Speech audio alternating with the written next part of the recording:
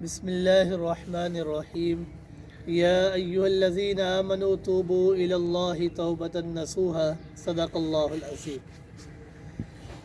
انسان یہ خطاؤں کا پتلا ہے، انسان سے غلطیاں ہو ہی جاتی ہیں۔ کوئی انسان اس دنیا کے اندر ایسا پارسا نہیں جو یہ کہہ سکے کہ مجھ سے گناہ نہیں ہو سکتے۔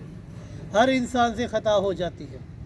خود آپ صلی اللہ علیہ وآلہ وسلم نے ارشاد فرمایا، کل بنی آدم خطاؤن وخیر الخطائین التوابون۔ ہر بنی آدم خطا کار ہے، لیکن بہترین خطا کار وہ ہے جو توبہ کرنے والا، اپنے گناہ کو گناہ سمجھ کر اس کے اوپر ندامت اختیار کر کے اپنے رب کے حضور سجدہ ریز ہو کر اپنے گناہ کی معافی مانگنے والا، یہ ہی اصل انسان ہے۔ اپنے گناہ کو گناہ نہ سمجھے اور اس کے اوپر مداومت اختیار کرے، یہ انسان کہلانے کا حقدار نہیں ہے۔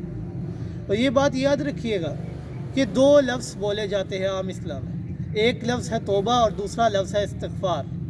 استغفار کہتے ہیں کہ انسان اپنے سابقہ گناہوں کی اپنے اللہ سے معافی مانگتا ہے، اور توبہ کہتا ہے کہ انسان اپنے سابقہ گناہوں کی معافی تو مانگتا ہے، لیکن ساتھ اس بات کا پختہ عزم بھی کرتا ہے کہ آئندہ یہ گناہ میں نہیں کروں گا۔ استغفار انسان دوسرے بندے کے لیے کر سکتا ہے، لیکن توبہ انسان دوسرے بندے کے لیے نہیں کر سکتا، کیونکہ کوئی انسان کسی کے لیے اس چیز کی گارنٹی نہیں دے سکتا کہ آئندہ یہ بندہ یہ گناہ کرے گا کہ نہیں کرے گا۔ اللہ رب العزت نے انسان کو حکم دیا، یا ایھا الذین آمنوا توبوا الی اللہ توبۃ نصوحا، کہ اللہ کے سامنے سچی توبہ کرو، ایسی سچی توبہ کہ اس کے بعد یہ گناہ نہ کرنا۔ سیدنا عمر فاروق رضی اللہ تعالیٰ عنہ کے دور حکومت کے اندر ایک منچلا ان کے سامنے چلتا ہوا آ رہا تھا۔ سیدنا عمر فاروق رضی اللہ تعالیٰ عنہ نے اسے دیکھا تو اس کے ہاتھ کے اندر ایک بوتل تھی جس کے اندر شراب موجود تھی۔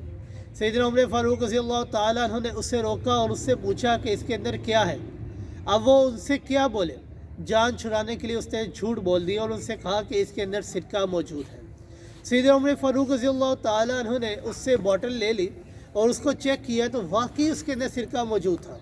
اس بندے نے اپنے من کے اندر ایسی سچی توبہ کی اللہ سے کہ اللہ نے اس کے جھوٹ کو ہی سچ میں تبدیل کر دیا تھا، کہ جو انسان اللہ سے سچی توبہ کرتا ہے تو اللہ کی مدد غیبی طور پر اس کے ساتھ ہو جاتی ہے، غیبی طور پر اللہ اس کی مدد کیا کرتے ہیں۔